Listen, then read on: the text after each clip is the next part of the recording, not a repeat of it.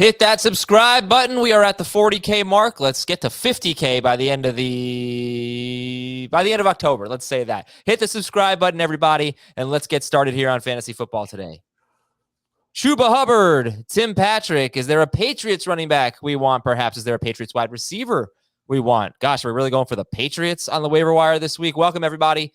Week 4 is upon us, and we've got to make some waiver claims. Adam Azer with Jamie Eisenberg and Dave Richard welcoming you to Fantasy Football Today. Jamie, how's the waiver wire looking in week 4?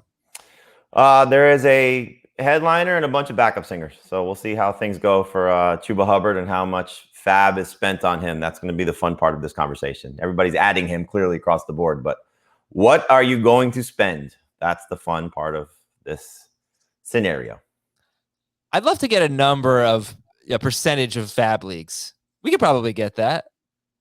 Do you think we can get that? Not I would think so. now, but yeah, I'd like to know how many people. I think it's getting much more popular. I feel confident saying that. It's like a 2 QB league. You should be doing FAB, at least in some of your leagues. Dave, what do you make it more fun?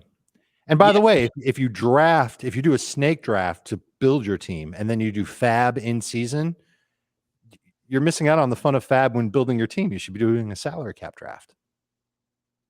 I wouldn't want. Okay, if you had 10 leagues, how many would you want to be salary cap drafts? 10. They're more fun. It's way more fun. You would miss the snake drafts. I would miss the snake draft. Okay. Yes, I miss picking 12th and waiting forever to make 2 picks and never getting great value. No, I miss not having a chance to get the player I really want in every single draft. You would miss the opportunity to have Christian McCaffrey and A.J. Brown on your team if you had the first overall pick. Guillotine leagues are going to be fun this week, huh? All right, anyway, let's get into our top priorities here. Jamie, start with Chuba Hubbard. He's the lead singer, as you mentioned. He had 11 carries for 52 yards, and 46 of those yards came in the fourth quarter. He had 5 carries for 6 yards in the first 3 quarters in that game at Houston. He'll face Dallas this week, who shut down Miles Sanders, even though Miles Sanders averaged 13.5 yards per carry. We'll get into that. But they didn't shut down Miles Sanders.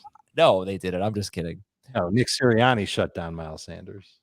Terrible play calling. How aggressive are we being on Chuba Hubbard, considering McCaffrey is not going on IR? What do you think? So Jason Lockenfora wrote this weekend, our CBS Sports NFL Insider, that he has less than a grade 1 hamstring strain, and that according to the people he spoke to, it's a couple of weeks. So the fact that that Matt Rule said not going on IR, which would be 3 weeks, so go with the 2-week window. Let's just say that that's the case. And so you mentioned Dallas. I think they have it's not a tough Philadelphia after that. Which probably is not going to be the same run defense that it was early in the season after what we saw last night. So the way that I wrote it was, we already have a cautionary tale about going all in on a running back with our FAB money, right? Because our FAB budget, because people spent a ton on Elijah Mitchell, and that has clearly backfired so far. It may still work out for you because we don't know how it's going to work long term, but so far through 2 games, it's been a waste. If you're 0-3 or 1-2 and you have a running back situation that's bad, you're probably spending north of 50% is the way that I would approach it, because what else do you have to lose at this point? You got to get a win. And if he helps you get a win for the next 2 weeks, that's what you're trying to do. But if you don't have that problem, I would probably put in a bid around 30%, because if somebody doesn't put in anything higher, then you're getting somebody for maybe 2 weeks. That could be great.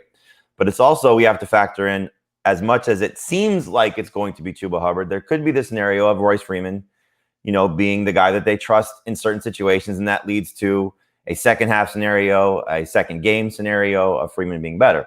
The other side of that is, we saw last year that, he'll be back in 2 weeks. He'll be back in 3 weeks with McCaffrey. He'll be back in 4 weeks with McCaffrey. And then 13 games later, you don't have Christian McCaffrey with 2 injuries. And Chuba Hubbard could be Mike Davis, who in the 12 games that he appeared for McCaffrey because he didn't play in week 17, he had 15 or more PPR points in 6 of those games. So for half of his games, he was clearly really good. Mm-hmm. So that's the way you have to sort of, game plan it. Is he worth all of your FAB? I would say no. Is he worth at least half at this point? I would say yes, if you need a running back. And the other point, though, about Dallas, despite the fact that they have statistically done well against running backs from a rushing standpoint, they're third in receptions allowed to the position, and running back groups against them have had at least 7 receptions every game. Yeah, they score a lot of points though, so they could take you out of your game plan a little bit. But he was involved. He had 3 catches, and we know Darnold's been throwing to McCaffrey a ton. So you'd think that you're going to get some catches out of and the offense threw to Davis last year too. So that's what they did. Yeah, sure. Dave, I don't know if you want to follow up on that. Let's forget the FAB. Let's transition from FAB to just I have the first waiver wire priority. Done. Not even close. But is he worth using it if it rolls over? Yes. All right. Dave, how good do you think Chuba Hubbard is going to be if he plays 2 games against Dallas and Philadelphia? He can be pretty good. I think that he's in a good offense. I don't think the offensive line is that great, but the way that they utilize their backs in the scheme certainly suggests that he'll get a decent amount of touches. I'm a little worried, maybe a tad worried, that they saw that drop in the end zone and they go, okay, how much can we trust him? And that Royce Freeman ends up doing a little bit more work than we think. But Hubbard does have, I'm not going to say that he's a consistent game breaker when he runs the football. I mean, if he were, then he would have been drafted a lot sooner. But I think he's capable. And I would imagine that he'll see the majority of the touches in this Carolina backfield, and that's a good place to be. And I think Jamie nailed it. If you're 0-3, you don't have a lot to lose at this point. You need to start winning games. Even if you don't need Hubbard, you should acquire him and then trade him. And if you can get something good for him, and you should be able to get something good for him. So I think that he's one of those guys that you do have to make a big splash for in FAB if your record sucks. If your record's okay, you shouldn't spend as much and just kind of, price guard it, I guess. And the top waiver claim for sure. Like, just to give you another perspective, I asked Heath yesterday on HQ what he would spend. He said 20%. I said, you're not getting it. I don't think that's going to get it done. I think it's going to be somewhere in the neighborhood of 30 to 50. There are going to be people that go north of 50 that need a running back, and again, that are in just dire straits because their season's flailing at this point. I think if you just approach it like you have a good flex play, because at worst he's a flex because he's going to get the work. The only thing that I think, again, to go back to Royce Freeman, is Mike Davis had been in the league for a long time, and Hubbard's still learning his way. And I think as we're seeing with this rookie class, how much maybe the shortened collegiate season played a role last year for some of these guys, that it's taking even longer for them to get going. We'll see how much they want to throw on Hubbard's plate. They had to last week. Clearly there's more of an opportunity because they had the Thursday game. So there's a lot to like about his situation, but I just don't want people to run into the Mitchell situation again where, oh my gosh, here's the guy for however long there's the guy, and he's not the guy. Yeah. And they did work out Duke Johnson also. Yeah. Okay. And maybe, maybe a late waiver claim on Royce Freeman too. Yes. Hubbard is interesting because he was a Heisman candidate going into his junior year, and he had a pretty bad year. But he had he rushed for 2,094 yards in 13 games in 2019, and he had nearly 2,300 scrimmage yards. And he had 22 and 23 catches his first 2 years at Oklahoma State. A lot of buzz going into his junior year, and he just kind of flopped, and he fell in the draft. All right. So if Chuba Hubbard is priority number 1, give me 2 or 3 more priorities, Dave. I think that if you need a receiver, Cole Beasley's probably too highly owned to find him off the waiver wire. So let's go with Tim Patrick, although he's highly rostered too. I like that Patrick has a touchdown and or 90-plus yards in each of his 3 games. I just wish he'd get more targets. Problem is Denver hasn't been in a game where they need to throw a lot. And I think Baltimore could be one of those games this week. So that would be good with Patrick. There's a lot of other supplemental wide receivers that I would line up behind Patrick. Guys who you'll probably need during the bye weeks. Certainly you'd want to have on your bench. It includes A.J. Green, who's given you 10 non-PPR points each of his past 2. He seems okay. It's a good offensive fit. Jacoby Myers, we talked about this. He's leading the Patriots far and away in targets and catches and yards. He just doesn't score, so he's better in PPR. Hunter Renfro is another name. He's had at least 5 catches and 50 yards in each game. And then I would say that that's the next priority. I wouldn't make Peyton Barber a big priority other than saying he's a running back with a pulse who, if Josh Jacobs doesn't play this week, would have a semblance of opportunity against the Chargers to at least start for you, get you some points. I don't think he can repeat what he did in week 3. By the way, Beasley's only 62% rostered, and I think he has 1 fewer target than Stephon Diggs this year. He's been very involved. So Cole Beasley and Tim Patrick are both around 60% rostered right now. So is Emmanuel Sanders. So is Jacoby Myers, who had a huge game, 14 targets, 9 catches with James White out, and you got to figure they're going to have to throw the ball a lot against the Bucs this week. Jamie, did we miss anything? Any other priorities you want to mention? No, I mean, it's not the best running back situation because even though Barber had a strong game and does have 36 carries in the last 2 games with Jacobs out, it seems as if Jacobs is going to return in week 4. So for those of you looking for running backs, it's not, the best situation behind Hubbard. There is, the Patriots guys with James White out, like you mentioned at the top of the show. So it's more of the wide receivers.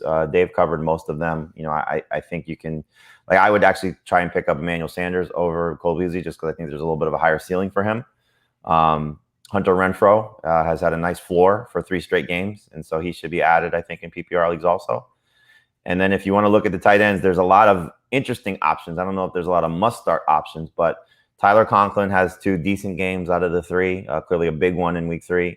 Dalton Schultz is coming off that tremendous game last night. Maybe that helps separate him from Blake Jarwin. The Giants' injuries might open the door for Evan Ingram to maybe be something, even though he fumbled last week, which is frustrating once again. And then you have the trade, from yesterday that could open the door for those 2 guys, Dan Arnold in Jacksonville and Tommy Tremble in Carolina. So, deeper leagues, those guys are both available. So really, all the tight ends are really available aside from Ingram. But you can stream the position now, especially with guys like Jonnu Smith stinking and he's terrible. A couple other guys, Dallas Goedert. If you want to pivot off him.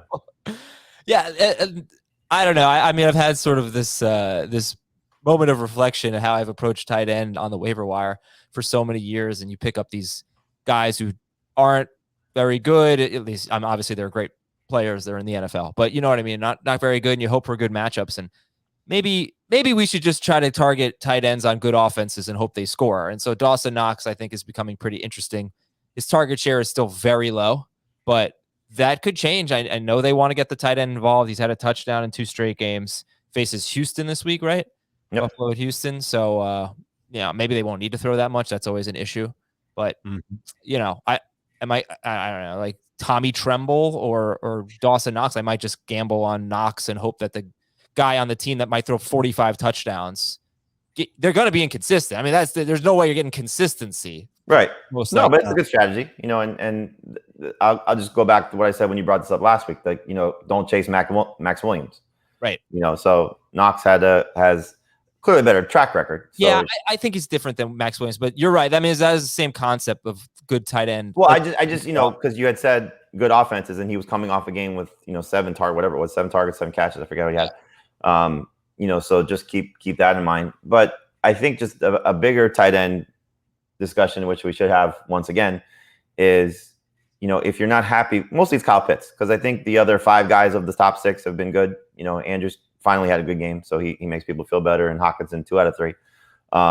Pitts is the one that people are clearly the most frustrated about. Is if you're not happy with that, just do this and just stream every week and hope for the best. You hope that you end up landing on somebody, whether it's Tyler Higbee, with a later pick, who's had 2 or 3 good games, or Jared Cook. You could say good or bad start for him, however you want to slice it. But Cook, that's the thing. I'm not getting away from Jared Cook to go the streaming route, because I understand that there are going to be some really bad weeks, but he had a touchdown call back in week 2, and it's just what you're hoping for is that he's going to end up as a top 12 tight end because he's in a really good offense and he's going to catch enough touchdowns. You know what I mean? I'm not going to drop him for Dan Arnold or I'm not going to drop him for Dalton Schultz even after last night's game. Right, but I guess what you could do is pick up one of those guys and keep Cook, and then just see what happens.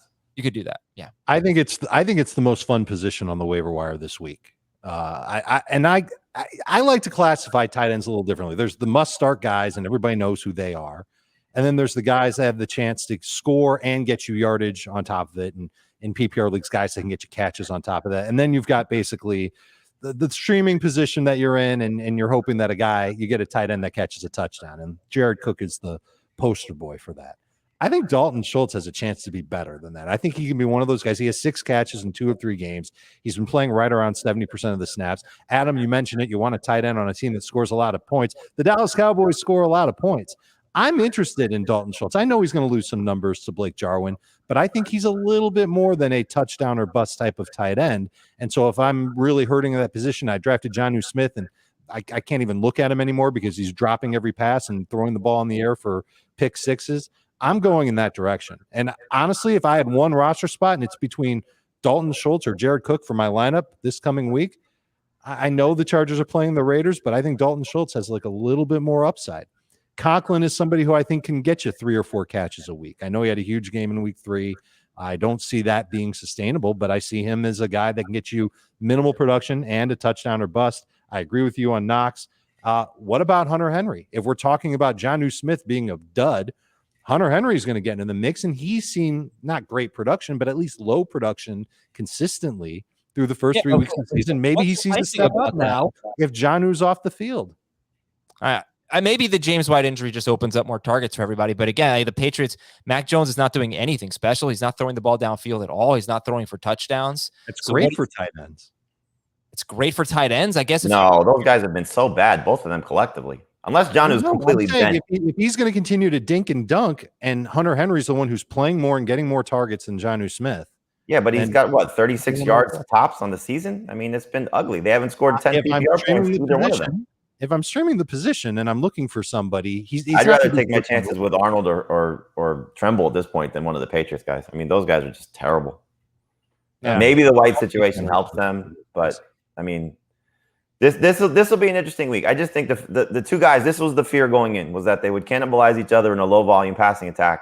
They're going to be throwing in this game because they're going to be chasing points. So that can maybe help both of them. But unless one gets hurt or is just completely outright put on the bench, it's just too frustrating for me. So I'm staying away. That's what happened in the second half last week. Jonnu had too many drops. He got benched. Yeah, and then Belichick said, they're still going to go to him. They paid him too much money to sit him outright.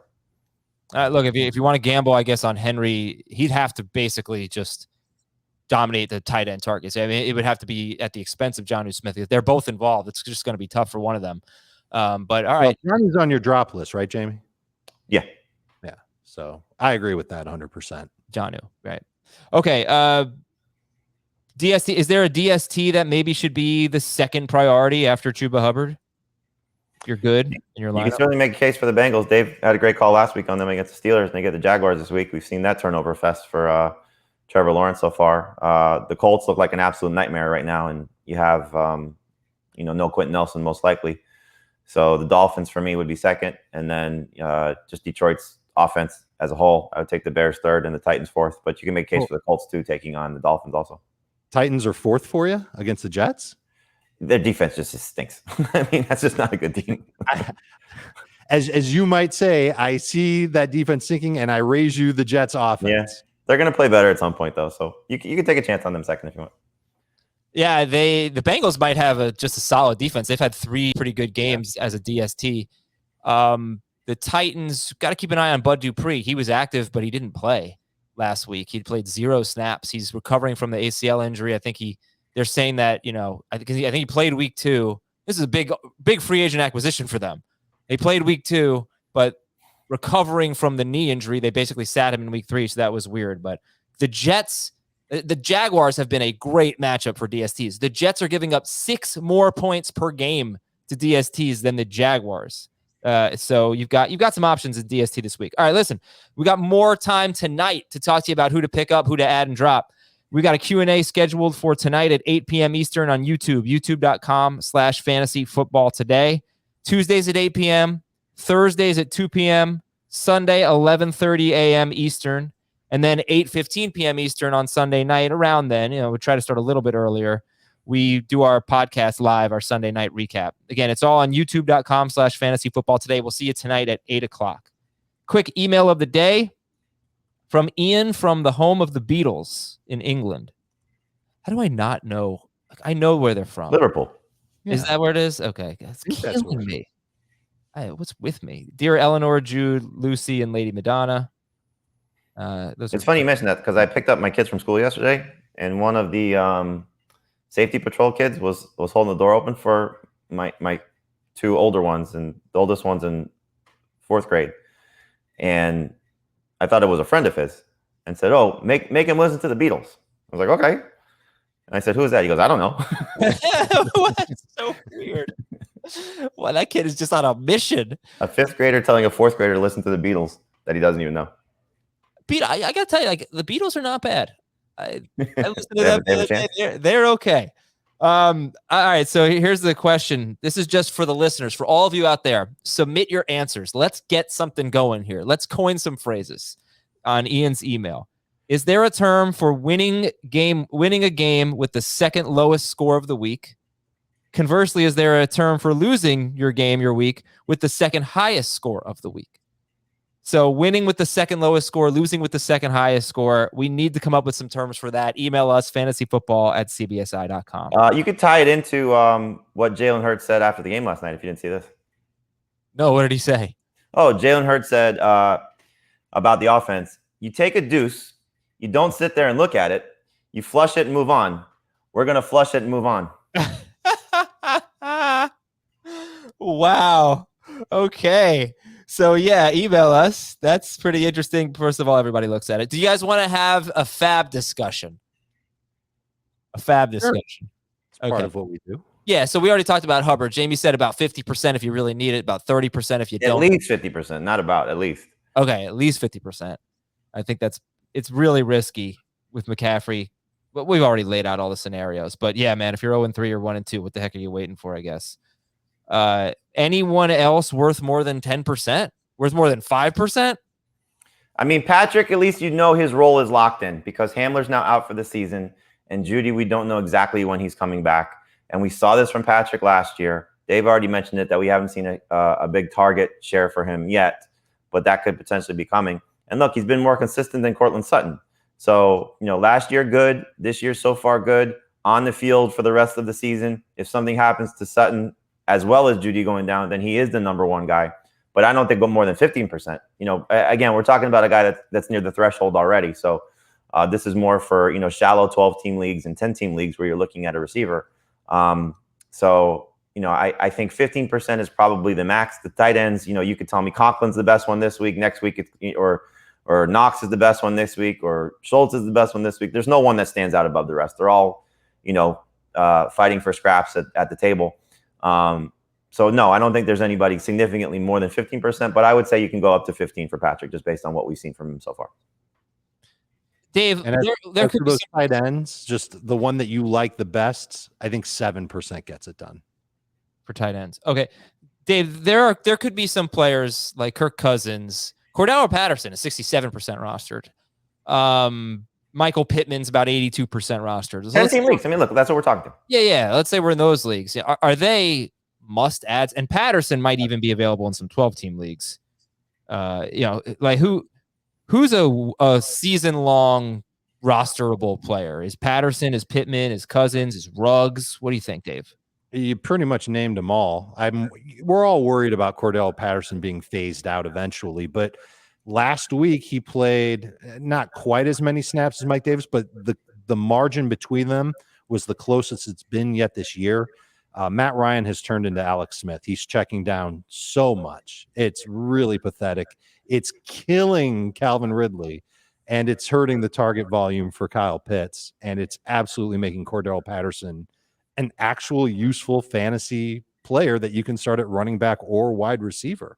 So if he's out there and you need help at running back, and maybe you already blew most of your FAB on Elijah Mitchell, you're not going to get Chuba Hubbard, and by some miracle Patterson's there, I think you got to chase him. I think you got to put him on a big waiver claim. You got to spend a lot of FAB to get him, just so you've got a running back who's got some potential, especially in leagues where catches count from league to league. I think Pittman's going to continue to be a modest floor PPR type of receiver. The game that you got last week is probably going to be what you can expect from him, right around 12 PPR points. Don't like him as much in non-PPR or half PPR. Ruggs is obviously just a big play guy. You're hoping that he catches a deep ball and scores on it, something like that. Modern day Deshaun Jackson, not as excited about him. Cousins is excellent. Cousins is one of several quarterbacks that I think might be out there in those shallow leagues, those 10-team leagues, where if you want to pivot away from Jalen Hurts or anybody else that you're just not happy with at quarterback, you can go right to Cousins and not feel bad about it. I like the Raiders' schedule for the passing. I love Zack Moss. I think there's a breakout coming by far because he's just starting to figure it out. And you're seeing now 7 targets in back-to-back games. He had been 5 targets or less each of the first 2 games. What he did last week against Xavier Howard was much better than I think people are going to give him credit for. he's just scratching the surface, I think, of what he could become. Wait, who? So, Who? Who are you talking about? Ruggs. Jamie, I thought was talking about Zack Moss. Oh, I thought you said Zack Moss. I did. Yeah. Okay, I don't disagree with you. I think Zack Moss is starting to figure it out. I'm sorry. I guess rewind. Henry Ruggs is just scratching the surface. I think there's a breakout coming for him. So I love the setup for him with what he's done through the last 2 weeks of the season. Moss also is also worth picking up across the board, because what you've seen from him, what you saw from him last week, was kind of what I was expecting for him to be the entire season. It was the lead running back for the Bills, the best running back for the Bills at least. And so I think both those guys should be added across the board. I would nervously take Moss ahead of Cordero if both were available in your shallow league. Yeah, I would take Moss confidently over Cordero. Okay. So one way or another, we're taking Moss over Cordero Patterson. And you should really be taking a look at Lightstream. Are your credit card bills keeping you up at night? Are your interest rates in the double digits? Lightstream can certainly help here. Be smart and pay off your credit card balances with a credit card consolidation loan from Lightstream. Rates start at 4.98% APR with auto pay and excellent credit, and the rate is fixed. It will never go up over the life of the loan. You can get a loan from $5,000 to $100,000 with no fees. You can get your money as soon as the day you apply. And Lightstream just wants to help you out if you have good credit. Lightstream believes that people with good credit deserve a better loan experience. That's exactly what they deliver. You're already getting this really, really great rate, 4.98% APR. That's where they start at. But you use our promo code, or our URL rather, lightstream.com/FFT, you're going to save even more. So apply now for our listeners, a special interest rate discount at lightstream.com/FFT, lightstream.com/FFT. Check it out, lightstream.com. Okay, listen, this is subject to credit approval. Rates range from 4.98% APR to 19.99% APR and include a 0.5% auto pay discount. Lowest rate requires excellent credit. Terms and conditions apply, and offers are subject to change without notice. Visit lightstream.com/FFT for more information. News and notes. McCaffrey not on IR. We mentioned that. Jacobs could play this week. James White is probably going to be out for a while. He has a hip subluxation. Sounds very painful. I don't really know what it is. What is it? Dislocated hip. It's the same injury that Ryan Fitzpatrick suffered. So, no surgery for Fitzpatrick as they're trying to rehab it. We'll see if the same thing happens for White. He's almost certainly going on IR. Daryl Henderson could play this week as they get Arizona. Any word on Dalvin Cook? None, but you got to hope that he's close, because he was close last week. Yeah. The Chiefs signed Josh Gordon. Does anyone care about this? Deep Dynasty League's not a bad flyer tech to see. But Okay. It's been a long time since he's been relevant. Right. I'm happy for him. Yeah, it's good to have him back. Let's hope he He's can getting stay. these chances. Philadelphia left guard Isaac Seumalo was carted off the field. So we're back to where we were with the Eagles. Their line is battered again. That's 3. I don't know the extent of this one, but Brooks out for the year. Seumalo, you don't want to see a guy carted off, and they were without their starting left tackle last night. Yeah. Rashod Bateman is eligible to return. We talking about him? Practice. Yeah. Anyone interested in Baltimore rookie receiver Rashod Bateman? He is someone worth stashing. Okay. Julio Jones was dealing with tightness in week 3. That's why he did not play down the stretch. The Bears could start any of their 3 quarterbacks, Fields, Foles, or Dalton this week against Detroit. Oh, man. I'm going to tell you, this one bothered me. I didn't really like these comments from Cliff Kingsbury. He thought, apparently there was a punt to Rondale Moore, and the referee threw a flag during the play, and the flag hit the ball as it was on its way down toward Rondale Moore. The ball sort of, ricocheted off the flag just a little bit. Moore muffs the punt. They recovered it. Arizona recovered it. They didn't know at the time that the flag even hit the ball. He said that the referee, if they hadn't recovered the football, the referee should have been ejected. I think that is so unfair. Like, the guy made a mistake, Cliff King. What are you, perfect? Give me a break. Give me a break. All right, anyway, thank you for letting me get that. I didn't like it. 2 Pittsburgh offensive linemen left with injuries. I mentioned that yesterday, but just to recap, that's bad to worse, as I mentioned yesterday. 2 Colts cornerbacks left with injuries. New Orleans left tackle Teron Armstead is out. He's going to miss some time with an elbow injury. Jamie mentioned KJ Hamler towards ACL. Sterling Shepard likely to miss some time.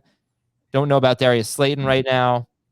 Giants middle linebacker Blake Martinez towards ACL. I mentioned yesterday Tay Crowder had 11 tackles, 7 of them assisted.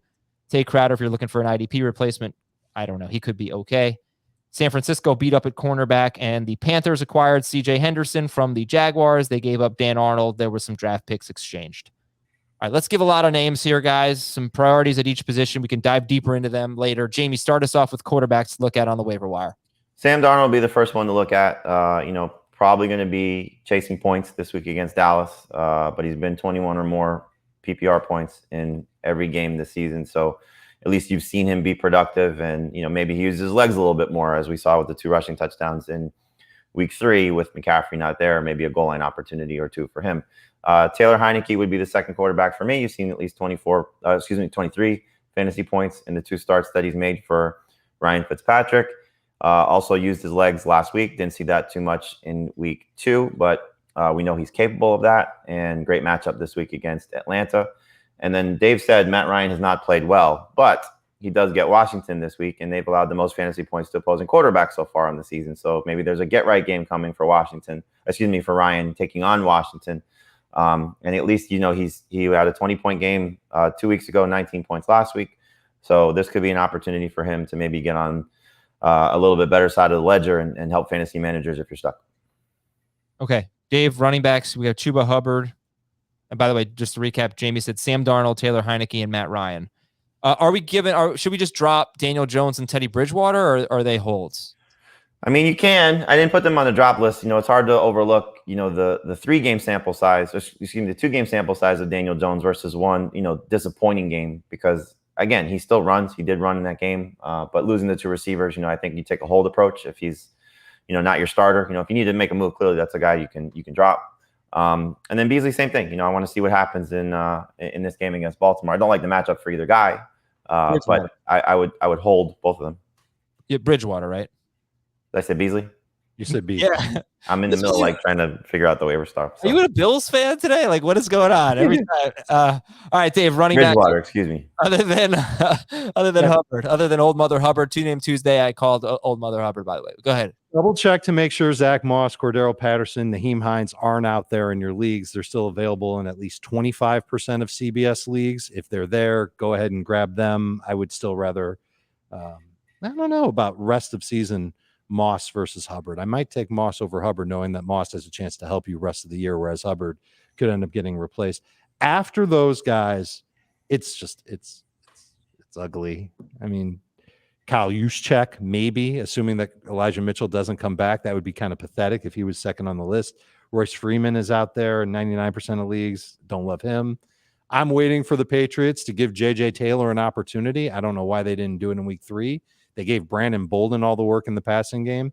I'm not ready to say to go get Brandon Bolden off the waiver wire. Special teams guy who just had to be thrust into action.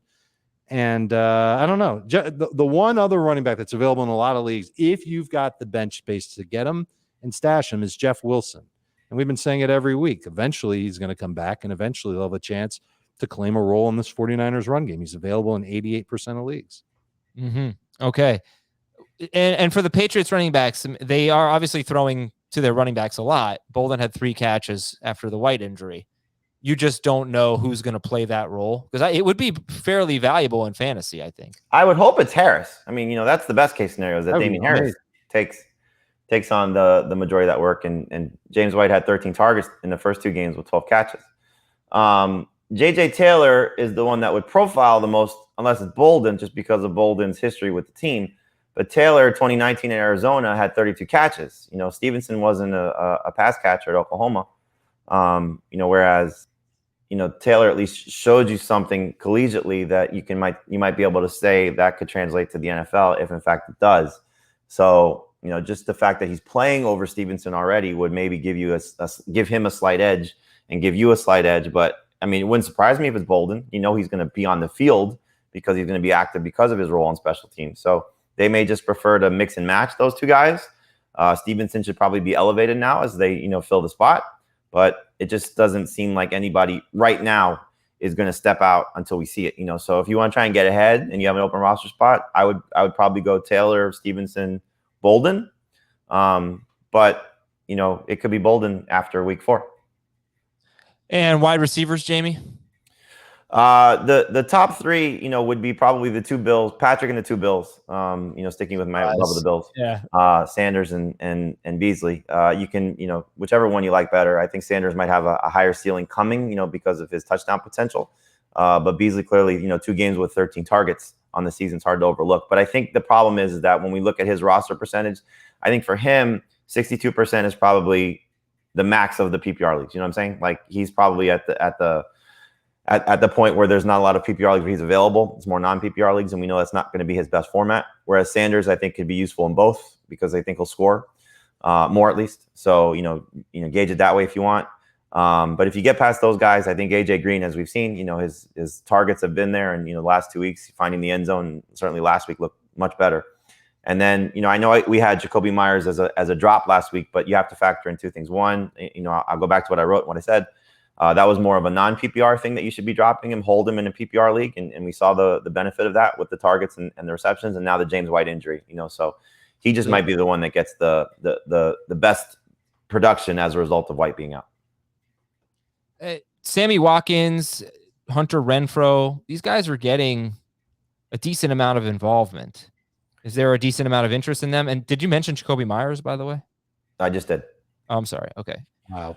Renfro would be the next guy. Yeah, I think you look at this receiving core. I think I said, I don't remember what show I said it on, but on paper they fit every description. Waller, the number 1 guy, whatever position you want to designate him. Renfro, the possession guy. Ruggs, the deep threat. Edwards, the guy they hope can do it all, but more of a traditional number 2 guy that doesn't necessarily get a lot of targets, but makes plays when he gets his targets. And Renfro's just been steady Eddie. He's like a poor man's Cole Beasley. He gets the job done when the ball's thrown to him. Touchdowns are going to be hard to come by, I think. But you need a safe week of a PPR option. He should be rostered close to the percentage I think of where Beasley's at. Yeah, he's pretty available. Hunter Renfro is 19% rostered. He has 5 or more catches in all 3 games.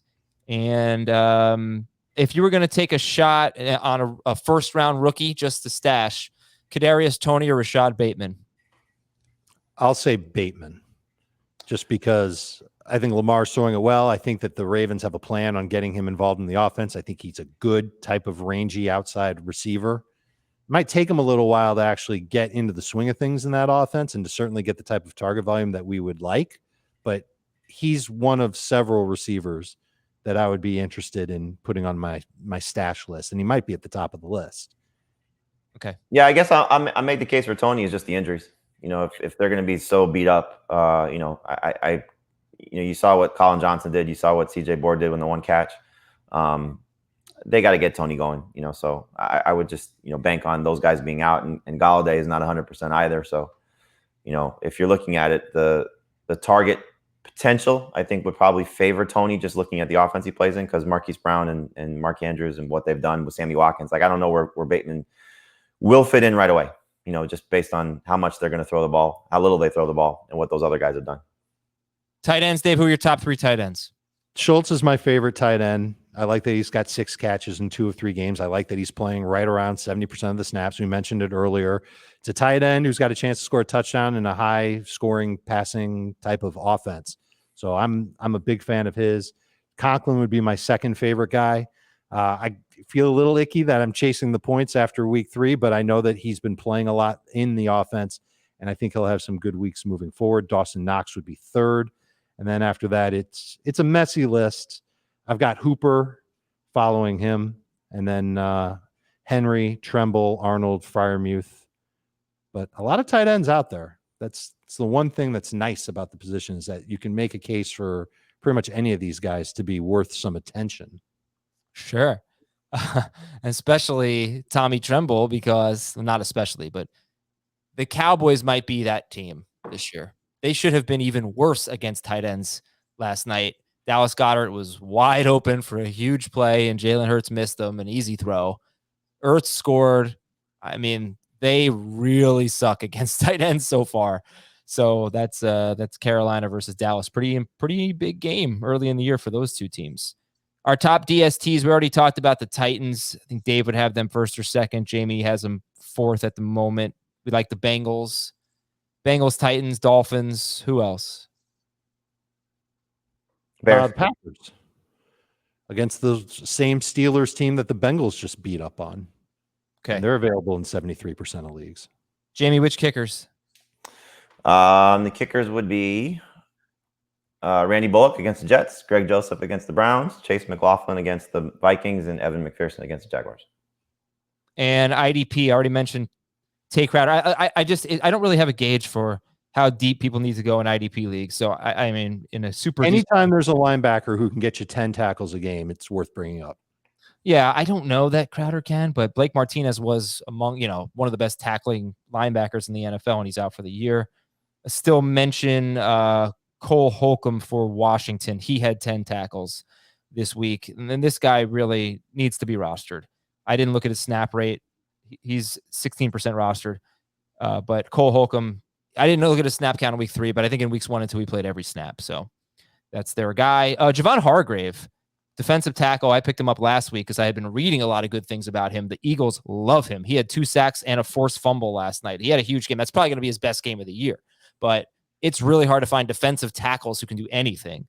And Javon Hargrave could be one of them. And he's 28% rostered. Didn't realize he was that rostered. Yeah, anyway, this is obviously not my strong suit, but I'll give you some names to think about anyway. All right. We're going to take a quick break here. When we come back, we'll recap Dallas and Philadelphia, tell you who to drop, and go a little bit deeper into the waiver wire. We will be right back. Dallas 41 and Philadelphia 21. Cowboys had the ball for just about 35 minutes. The Eagles really did not play well. We were very disappointed in Eagle Nation last night, I got to tell you. It's 2 straight weeks. Yeah, the Cowboys are such the obvious front runner in the division now. Mm-hmm. The defense looks great. It really does, yeah. Most turnovers forced in the NFL, 8 turnovers, I believe, in 3 games. That is insane. They still obviously have some trouble. I mean, they're not a great defense, but they're they're doing this without Lawrence. Gregory missed last week. They're moving Micah Parsons around, so they're figuring out their linebacker core. But isn't it funny? We always talk about, and Pete makes this reference all the time: X's and O's versus Jimmy's and Joe's. Look at the difference that Dan Quinn and Gus Bradley have made in the places that they're at right now. Quinn with the Cowboys and Bradley with the Raiders. Like, those guys coach. You see where coaching matters and scheme matters and putting guys in the right places. And those 2 defenses have just dramatically changed from where they were a year ago. Now, getting guys healthy clearly has helped and some personnel changes, but give those guys credit for what they've done. Yeah, Dallas might have themselves a lockdown cornerback too with Trevon Diggs. That guy's awesome.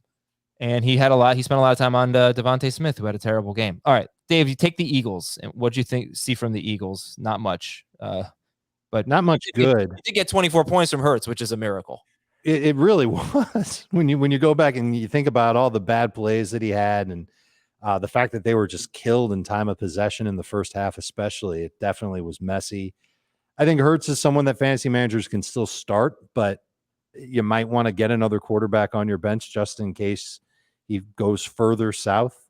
I think the problems stem beyond him. I think the offensive line issues are going to be real. And I think the play calling just has been really rough the last couple of weeks. Not to say that Hurts hasn't made some mistakes. You talked about the throw to Goddard that he missed, the interception from Diggs. He stared down Smith, and Smith fell on the play, but he might have been picked off anyway, even if he hadn't fallen down. It's going to be hard to really trust players in this offense moving forward. There will be some good weeks. I would imagine that Miles Sanders will get more work next week. How could he not after only having 2 carries in week number 3? But I'd be a little concerned about him. Definitely have to be concerned about Smith because if Hurts isn't throwing well, Smith isn't going to do great. In the last 2 weeks have been absolute duds for him. Goddard was their leading receiver with 66 yards. He should have had a better game, and you watched Zach Ertz score a touchdown. It's kind of a tough team to watch right now, and it's hard to feel really good about anybody in Philadelphia. I feel great about Hurts. You do? Because he really yes, because he's a good fantasy quarterback. I mean, that's all I care about. I don't care how ugly it is. He's getting the job done. This is now 3 straight games with what, over 22? Is he really getting the 21 last week, 24 this week? Yeah, I mean, that's the floor. Maybe, but God, he really played horribly. Oh, he played like crap, like he said.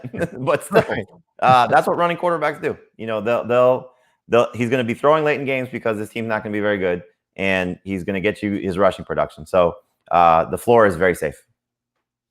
Okay, and let's go to the Cowboys then. Heath brought this up last week on the Believe It or Not after the week 2 recap. He said, believe it or not, Dak Prescott has a Jerry Jones problem and that they were going to run the ball a lot. And Prescott, they had the ball for 35 minutes and he threw 26 times. Obviously, they were in control of the game. And Prescott could have had such a big game. I mean, Zeke and Lamb were both half a yard short of receiving touchdowns. Dak got stopped. He really scored. I mean, I think he probably scored, but they didn't count it on the quarterback sneak. So he could have had an enormous game. But you look at the pass volume and the fact that he has, I think, 19 rushing yards in 3 games. Is this a fantasy issue, Jamie, for Dak Prescott? Slightly.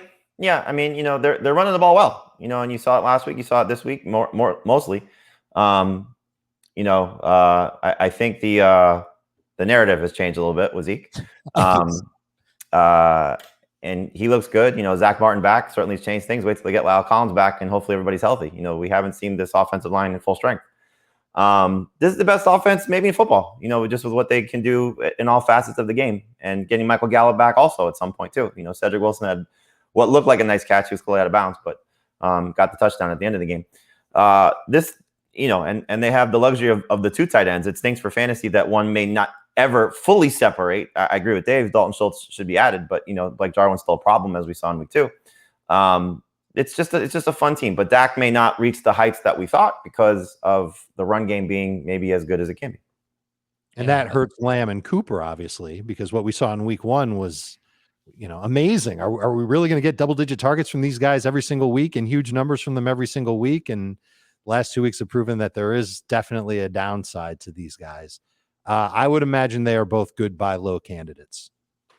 I think it's shocking that Amari Cooper has had 50 yards in his last 2 games on 9 targets without Michael Gallup. I mean, that is just 50 yards combined.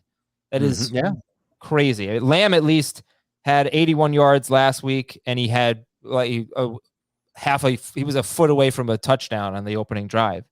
But yeah, I mean, it's kind of wild. Would you guys rather have Dak or Hurts the rest of the season? I'd still rather have Dak. Still Dak, but it's not that far off. Yeah, I'm really interested in the rushing. Yeah, there have been stretches where he doesn't run that much, and then he'll have a game with a lot of rushing yards, but it never coming off the injury that he came off of. Well, the Mannings made reference to that. Peyton said he talked to Dak, and there was the run where it was a design run to the left, and Dak barely got back to the line of scrimmage and just dove. Yeah. And he said, 4th down play, he's gonna make the effort, but he said he's making a conscious effort to not take those unnecessary hits, which is smart. I'd rather him not run and play 16 or 17 games than run a few times and miss a few games. Sure. Also, I don't know, did you guys hear the Bob Ross play? If you're watching the Manning broadcast, you probably didn't hear it, but you actually watched the other broadcast? I did. You're the one? Yeah, I am. I'm still that guy. Well, this is what you get to hear. You get to hear them calling the plays at the line of scrimmage. So Dak's in the shotgun. He goes, Bob Ross. And Greasy's like, Bob Ross likes the pain. I bet this is a draw. And it was a draw play to Ezekiel Elliott. And it's just, he's like, gosh, quarterbacks aren't that smart. And somebody said, yeah, defensive linemen aren't that smart either. Is that better than LeBron calling the Zeke touchdown? Right. No, I didn't see that. Funny. No, you did not. That was on the Manning. Yeah, LeBron on as a guest. It's so much better than anything else. Absolutely. It is, but from our standpoint, I mean, I just think there are some, I think it's from my standpoint, at least, that there are some things I can see and learn in the broadcast, the real one. I think actually that's why Peyton did what he did. No. Peyton, you will learn more in the Manning broadcast. Peyton said he spoke to McCarthy this week, and he spoke to Dak. So obviously he's trying to. He's getting there. He's trying to do his homework also. Yeah. But I mean, they were making fun of Peyton. Eli was making fun of Peyton's armpits. He had some sweat stains. I flipped a little bit. I saw it. It's good stuff. All right. Dropometer 0 to 10. Robbie Anderson. 3. I'm gonna give it one more week, so 0. Rondell Moore. 0. Laviska Shenault. 1. Really? I can't drop Laviska Shenault? If it's in non-PPR, it's higher. His targets have gone down each of the 3 weeks, and now Dan Arnold's there, which is going to be a problem. They're going to try and force feed Arnold the ball. So yeah, Shenault to me is dropped across the board. Joe Burrow. Jacksonville this week, Green Bay at Detroit. I mean, it could be some favorable stuff here, but not throwing the ball. He hasn't thrown the ball more than 30 times in any game. Joe Burrow, 0 to 10. 4. 2. Okay. Will Fuller, 86% rostered. 2. 5. Oh, 5, 2. All right. I mean, it's hard to imagine Fuller being great in the short term. I don't know that you want to drop him long term though. And how about Corey Davis, 88% rostered? 0. 4. Okay, you guys disagree. All right. Waiver revenge game this week, and he's got 10 targets in 2 or 3 games. So yeah, someone dropped him in a league I'm in. I picked him up, Corey Davis. I don't think I'm going to drop him. That's a guy if you need a running back and Chuba Hubbard's there though. Sure. Yeah, of course. That goes without saying. Everybody you named, you could drop for Chuba Hubbard if you're the worst player on your bench. I think if you're 2-1 or 3-0, I don't know that you're dropping Will Fuller for Chuba Hubbard. You might end up regretting it. Oh, you can't. I mean, there's receivers who are replaceable for Fuller, but you drop anybody that's not starting for you or has no chance of starting for you that you're speculating on for Chuba Hubbard. That's an easy one. You can drop Fuller, you can pick up Chuba Hubbard, you can flip Chuba Hubbard, and no one's going to take Will Fuller off the waiver wire. You can I would take Will Fuller off the waiver wire. Yeah, Fuller will be added, but he's not going to be added like Hubbard's going to be added. So you would drop Will Fuller for Chuba Hubbard? Yes. Yeah. No, if you're 2-1 or 3-0. Yes. Because what if again McCaffrey's injury lingers? You'd be kicking yourself for not picking up Hubbard. Probably, although I think we all have to wonder how good Hubbard's going to be in this. Oh, of course, there's questions. That goes without saying. But the problem, look, Will Fuller's got a world of potential and can still be good even with Jacoby Brissett. I'm not going to judge him based on last week after shaking the rust off for not practicing in the preseason and then playing his first game of the year. But the potential of what the starting running back could be for 2 weeks versus what Will Fuller could be over the next 14 games, that's not close. All right, let's talk about the waiver wire. And I think every week with quarterbacks, it's just a lot of fantasy managers have their starting quarterback, and it's hard to, who are you benching for? Sam Darnold, Taylor Heineke, Matt Ryan, Jacoby Brissett, It's funny because we talk about the running backs and receivers of the 70% range, those guys, we speak to 10-team leagues. With the quarterbacks, we're speaking to 14 to 16-team leagues. Right. Until we get to the bye weeks. Yeah, so Darnold, do you think he gets to 20 points at Dallas? Yeah. Got a shot, sure.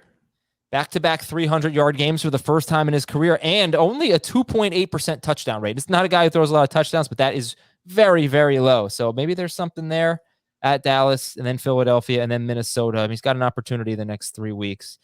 Taylor Heineke at Atlanta and Matt Ryan against Washington. These two teams have given up the most fantasy points to quarterbacks. Taylor Heineke, Matt Ryan. Bonanza. Let's save it. I'll save it for Friday. There's one other quarterback that if you're 3-0 and you're just trying to load up for the long term, it's Trey Lance, available in 55% of leagues. I don't think his time is imminent, but it's going to come eventually this year, where he'll get in there and play. And you see that Jalen Hurts can have a bad game and still get you a good fantasy production. Trey Lance can do the exact same thing. Let's go to the running backs. So the shallow league guys, James Conner, Alexander Madison, they were 82% rostered. Nyheim Hines, 74%. Zack Moss, 70%. Cordero Patterson, 67%. Just quick numbers here on James Conner. He's basically got the Kenyon Drake role, except Drake averaged 16 carries per game. Connor's averaging 11.7. Drake had 1.7 catches per game. Conner has 1 catch in 3 games. So that's why it's not exactly the same type of value. No, but if Edmonds gets hurt, then Conner is a must start across the board. Mm-hmm. Yeah, but we don't. Yeah, and obviously he can always score you some touchdowns.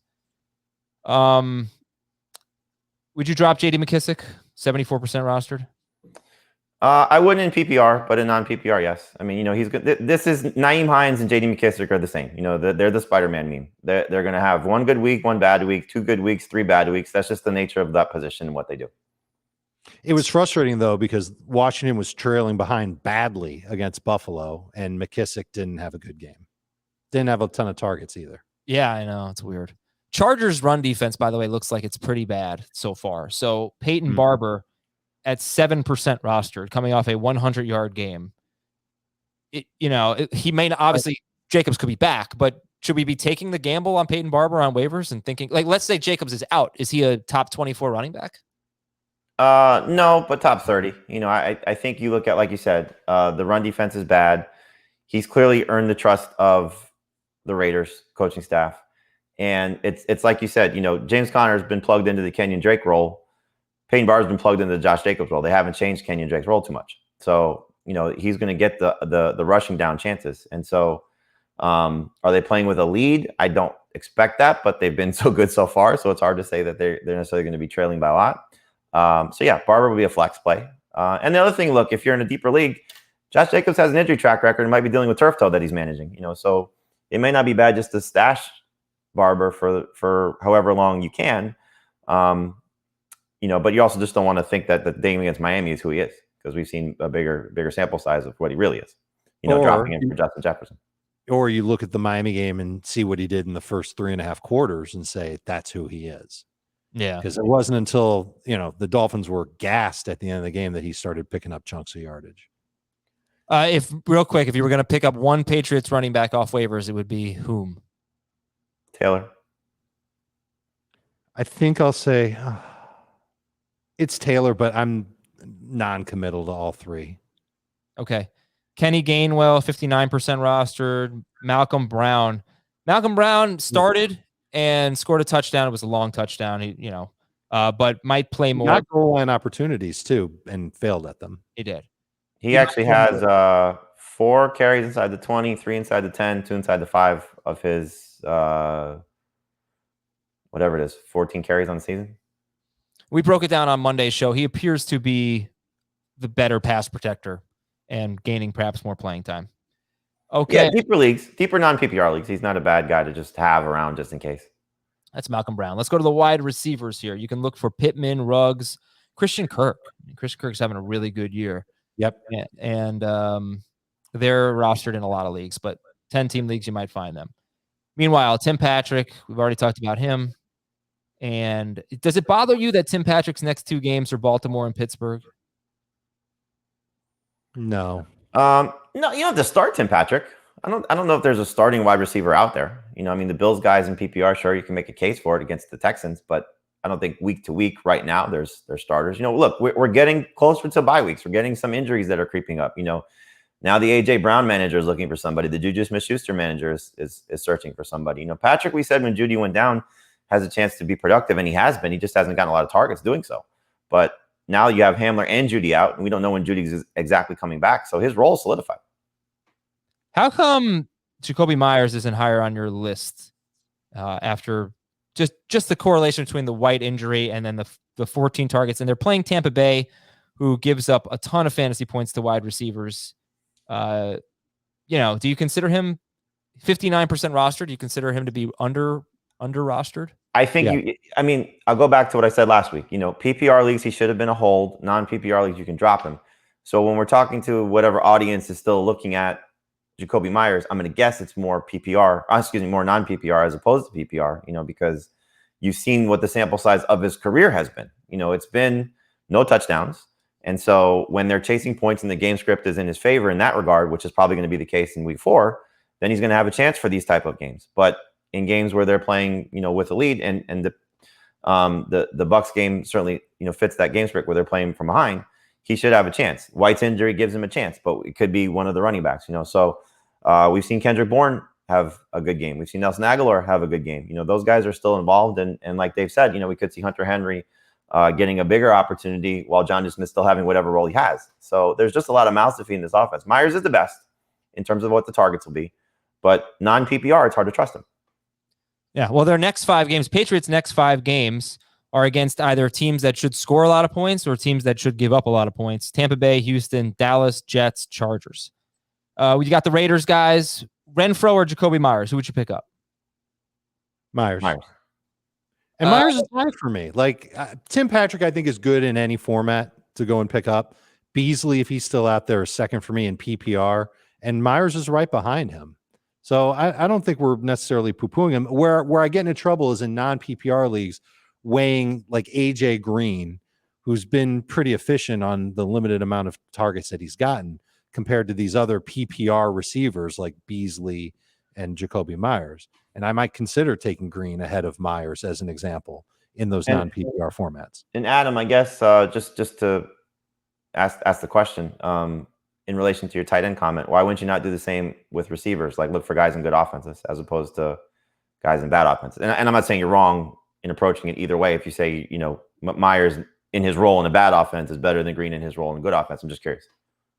Oh, I mean, I totally buy that. I think that's why you take a Bills wide receiver over Myers, because they just throw so much. The Raiders actually have the second most pass attempts in the NFL, but that's not typically their MO.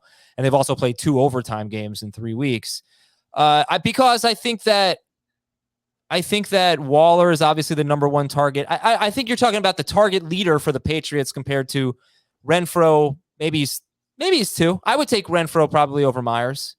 But no, I'd take Myers. No, you wouldn't. I'd take Myers. Yeah. But The other good question. I think with tight end, it's a little bit different just because it's such a bad position. That's it. Hoping That's for a touchdown.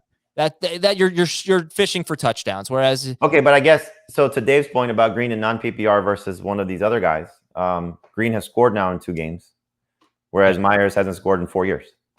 I think it's a great debate. I think I probably would take AJ Green. I think he has a much better chance to score. But then again, this White injury could really boost Jacoby Myers. That we're just not aware of it yet. And this particular week, where Brady's going to throw 7 touchdowns, right? I mean, Gronk's going to catch 6 of them, right? Like, I just think this could be a good week for Myers in the PPR sense. But all right, I think this is the Ronald Jones week. Yeah, would that be something? Marquez Callaway, 51% rostered. Finally, Cameron Brate 2 touchdowns. Something. Is there a Tennessee wide receiver that you're interested in? I mean, Westbrook played a lot and had targets and scored. Can he just cut off his name at Westbrook? Yeah, Nick Westbrook. But yeah, he's I guess worth a look. Zacchaeus is worth a look with Russell Gage out, and again facing Washington. And then you have just flyers, I guess, the rest of the way. Yeah, if you're in a super deep league, Colin Johnson for the Giants, Khalif Raymond for the Lions. I don't know, maybe Marquez Valdez-Scantling, I think, is interesting. He got hurt. What about Anthony Miller? Yeah, you can look at Miller too. Yep. Yeah, they need somebody else in that offense to pick up some work, so it's not all on Brandon Cooks. Yeah, I don't know if this is a game for it though. Talented receiver. Is MVS seriously hurt? I don't know if he's going to play this week. Look, you should take a look. He's 18% rostered. He might be second on the team. Well, maybe Jones. I don't know. Do we need to address second or third on the team in targets? Sorry to step on you there. Do we need to address James Washington? Sure. Oh, yeah, it's a great point. Right. Juju hurt. Deontay, don't know about him. Right. So he could end up being the number 2 receiver in the Steelers offense. Number three. Who's Najee's number 1? Najee. Okay. That's fair. Yeah. As flyers go in deeper leagues, as for everybody in the 14 and 16 team leagues, I guess he's worth a look. He's going to be way behind a lot of the other players that we've mentioned, but he's got a chance. He's got speed. Roethlisberger will take some deep shots when he's not on his back. And Washington is someone that could end up having maybe, let's say that Johnson and Juju are out for 2 more weeks. One of those 2 weeks, Washington should end up having a decent game. All right. So just give me a couple of names here. Khalif Raymond, Olamide Zacchaeus, Nick Westbrook, Colin Johnson, Khalif Raymond, James Washington. Who would be your favorites? Anthony Miller. Okay. Fair.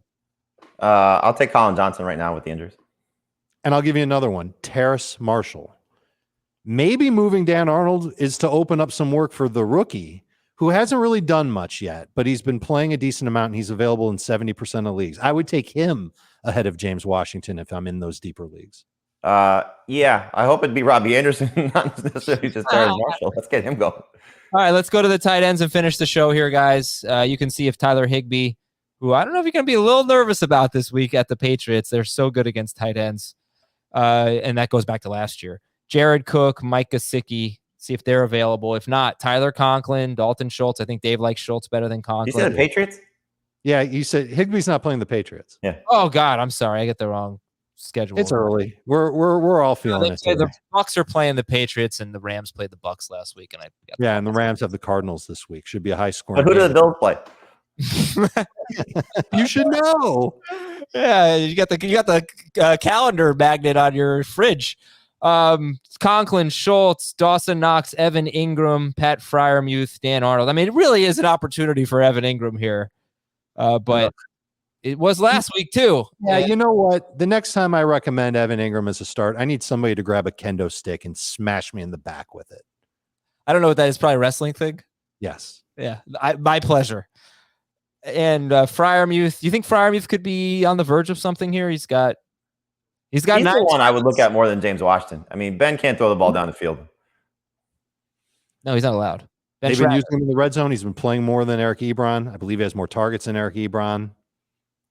He's someone who could develop into a worthy candidate as a touchdown or bust tight end. Oh my gosh. Are the Patriots going to shut down Gronk this week? They're going to try. They did really well against Kelsey, Kittle, Wall. They played the 4 best tight ends in fantasy last year. And they did pretty well against I don't know about all of them. I don't remember the stats off the top of my head. But you just Brady and Gronk back in Foxborough, you just figure should be big. Tommy Gronk's got all of his ribs are broken, but he's not missing this game. No, he's not. He's not going to watch any film, but he's not missing the game. DSTs, Bengals, Dolphins, Bears, Titans. They mentioned that on the minicast, by the way, too. Did they? About how he lied to them. And kickers, Randy Bullock, Greg Joseph, Chase McLaughlin, Evan McPherson. All right, see if you know which teams those players are on. We'll talk to you tomorrow with the buys and sells on fantasy football today. It's week 4, right? So that means it's time. We're going to do a game show on tomorrow's show. I got to figure that out. Maybe we'll do some fantasy. I'm going to go jump through a table. Excuse me. All right, later, everybody. Have a good one. See you tonight, 8 p.m. Eastern.